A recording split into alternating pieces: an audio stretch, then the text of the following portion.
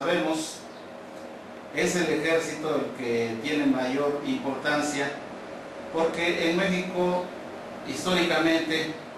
es la Fuerza Armada que ha tenido más intervención y más desarrollo. Haciendo una perspectiva, viéndolo desde una perspectiva histórica, el balance que se puede sacar del papel de las Fuerzas Armadas en México es negativo, desgraciadamente, porque durante prácticamente todo el siglo XIX el ejército siempre intervino como un instrumento de los grupos de poder para defender como una facción esos intereses. Y recordemos lo que pasó a la luz a raíz de la independencia, ¿verdad? Durante todo ese periodo, desde las primeras luchas de independencia del siglo XIX hasta la época de la reforma, ya pasaba la mitad del siglo XIX, tenemos un ejército de carácter faccioso, desgraciadamente. Pero no es tanto que el ejército en sí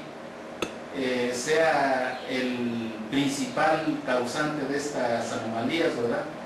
Sino han sido los factores de poder que han estado protagonizando esa lucha política que se ha dado en México y que en gran medida ha sido esa lucha dominada por los grupos reaccionarios, por los grupos realistas, contrarios a la independencia, a la autonomía y al desarrollo propio de México como una nación libre y soberana. En eso estriba el quid del problema, y ese problema sigue estando presente en todo el siglo XX y ahora ya en los inicios de este siglo XXI. El ejército mexicano se fortaleció a raíz del movimiento de independencia, pero no adquirió un perfil típicamente nacional y nacionalista, mexicanista, como está dibujado el ejército y todas las instituciones mexicanas, sobre todo en la Constitución de 1917, porque tenemos que considerar que el movimiento de la Revolución Mexicana fue un hecho político muy complejo en el que finalmente predominaron las facciones más afines a los grupos económicos poderosos y sobre todo a ese dominio proveniente de los Estados Unidos. Sigue pesando en México, en contra de nuestros intereses nacionales, esa fuerza brutal que deriva de la pérdida de México de nuestro territorio, de más de la mitad de nuestro territorio, a raíz de lo cual Estados Unidos ensanchó su territorio en un vasto territorio, en un área tremenda, diría yo, que vendría siendo como la tercera parte de lo que es actualmente el territorio de todos los Estados Unidos de Norteamérica al norte de México. Son como 12 estados los que acrecentaron su territorio, incluso algunos de esos estados fueron creación de los Estados Unidos a raíz de este despojo de nuestro territorio mexicano.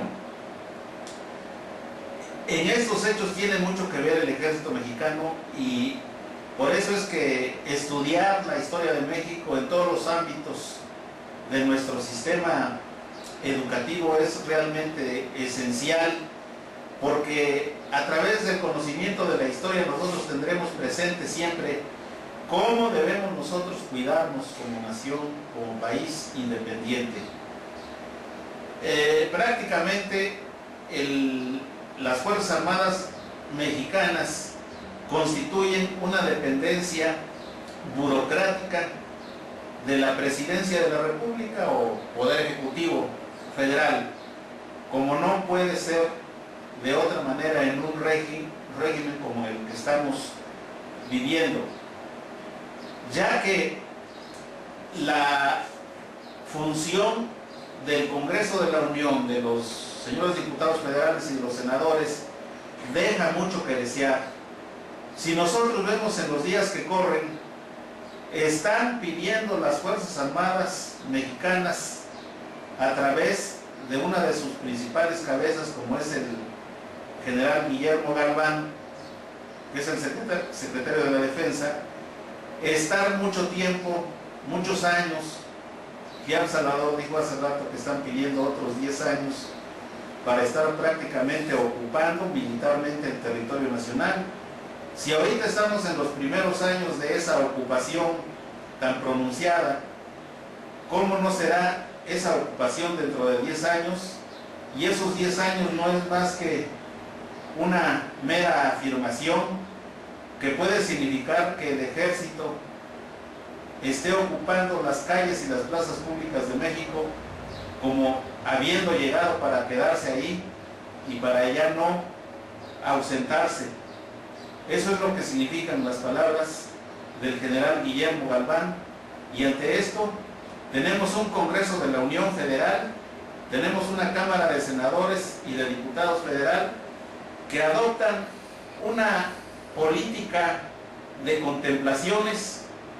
de complacencia prácticamente, porque los diarios están ahorita reflejándose este tema cuando dan cuenta de que los señores que integran el Congreso de la Unión dicen complacientes. Vamos a ponerle algunas restricciones,